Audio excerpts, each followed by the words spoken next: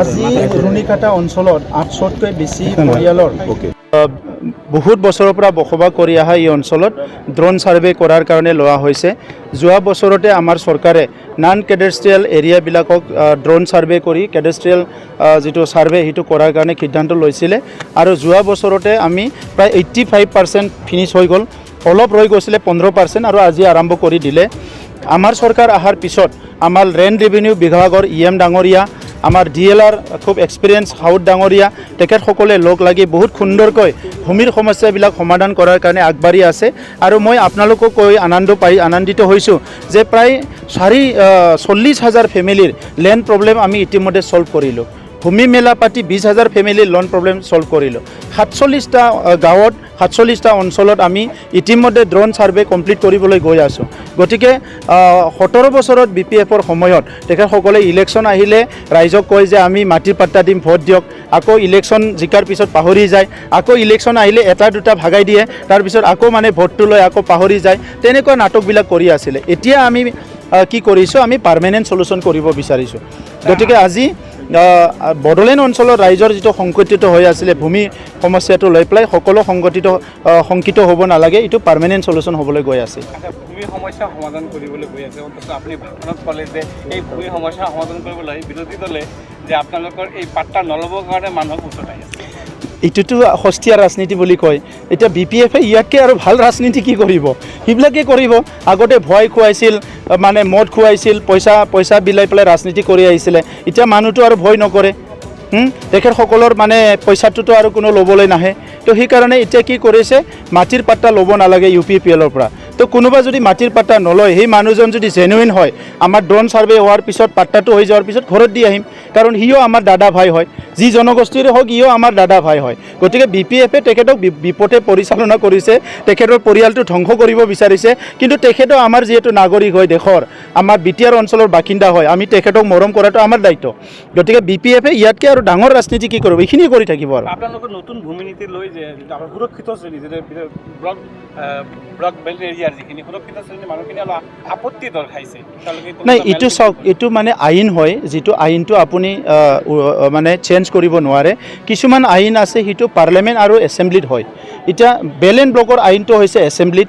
বেল and ব্লকৰ আইনৰ ওপৰত কিবা কথা ক'ব লাগিলে কনষ্টিটিউশ্যনেলি ইয়াত এটা ডাঙৰ এটা এমেণ্ডমেণ্ট আহিব, যিটো নেকি আজিৰ তাৰিখত কৰাটো ইমান সহজ নহয়।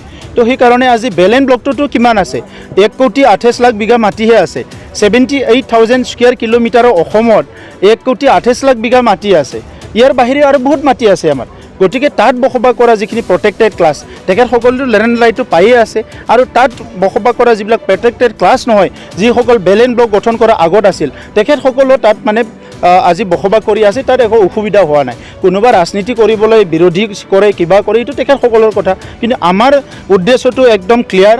আমাৰ চৰকাৰৰ সময়ত আমি 85% যিখিনি ভূমিৰ সমস্যা এইটো আমি সমাধান কৰিবলৈ গৈ আছোঁ। অলপ নেশ্যনেল ৰাজনীতি, কৰ্ণাটকত BJPৰ পতন, কংগ্ৰেছৰ উত্থান। মোৰ চৰাই খেদিবলৈ যিটো দাণ্ডা দিছে সেইটো বহুত শ্বৰ্ট হয়। কৰ্ণাটকলৈকে মোৰ দাণ্ডাডাল গৈ নাপায়। আপোনালোকে ইয়াৰ কথা সোধক যে ইমান দূৰৰ কথা মোক সুধিলে মই কেনেকৈ ক'ম। আপোনালোকে পেপাৰত যিটো ছপাব মই সেইটোকে ক'ম। গতিকে আপোনালোকৰ টিভিত যি বজাইছে সেইটোৱে ক'ম মই। গতিকে মোৰতো ইমান হাতটো দীঘল নহয় যে আপুনি মোক সুধিব। মোৰ দলটো যদি নেশ্যনেল দল হ'লহেঁতেন, মোৰ যদি দুজনমান মানে কোনোবা থাকিলে হয় দিল্লীত ক'ৰবাত, তেতিয়া মই ক'ব পাৰিলে হয়। গতিকে মই আজি দেশৰ নাগৰিক হয়, ৰাজনীতিভাৱে কি হৈছে কি হোৱা নাই খবৰ লৈ থাকোঁ। এইটো আপোনালোকৰ পৰাই খবৰটো ল'ম। চ' আপোনালোকৰ টিভিত এতিয়া কি বজাই আছে, 1টা বজাত কি বাজিল, 2টা বজাত কি বাজিল, আপুনি যদি সোধে মই সেইটোৱে ক'ম। আৰু এতিয়া নাই, সেইটোতো মিত্ৰদল হয়ে। আমি মিত্ৰদল হিচাপে অসমত কাম কৰি আছোঁ। অসমৰ কথা সোধক, মই ক'ম। অসমততো আৰু কোনো ইয়াত মানে কোনো বিৰোধীয়ে আগবাঢ়ি আহিব নোৱাৰে, অসমত কোনো চেঞ্জ হ'ব নোৱাৰে।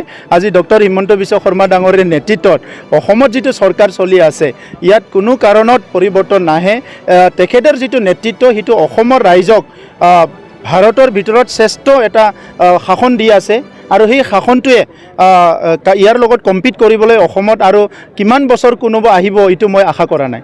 BPFে যিটো ৰাজনীতি কৰি আছে যে কৈছে তেওঁলোকে উভতি আহিব পুনৰ পৰৱৰ্তী নিৰ্বাচনত, উভতি ক'ৰ পৰা আহিব? তেখেতসকলে উভতি অহা জেগাত যোৱাই নাই, উভতি নাহা জেগাত গৈছে BPFে। গতিকে আপুনি প্ৰাৰ্থনা কৰিলেও, মই প্ৰাৰ্থনা কৰিলেও BPF আৰু কোনো কাৰণত উভতি নাহে।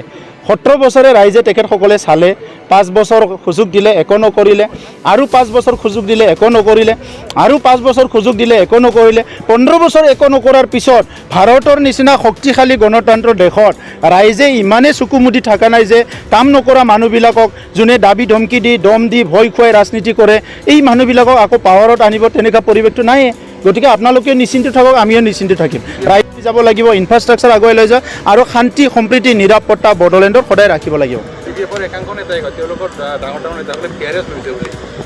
BPF-ৰ নাই VRS মানে কি আৰু দল এৰি গৈছে আমাৰ দলতে আপোনালোকে চকু ফুৰাই চাওকচোন মই নাম নকওঁ বহুত লিডাৰ অলৰেডি জইন হৈছে গোসাইগাঁৱৰ পৰা আপোনাৰ মানে মাজবাটলৈকে আৰু আহিবলৈ বিচাৰি আছে গতিকে এতিয়া BPF বুলি আৰু একো নাথাকে এইটো নিশ্চিন্ত থাকক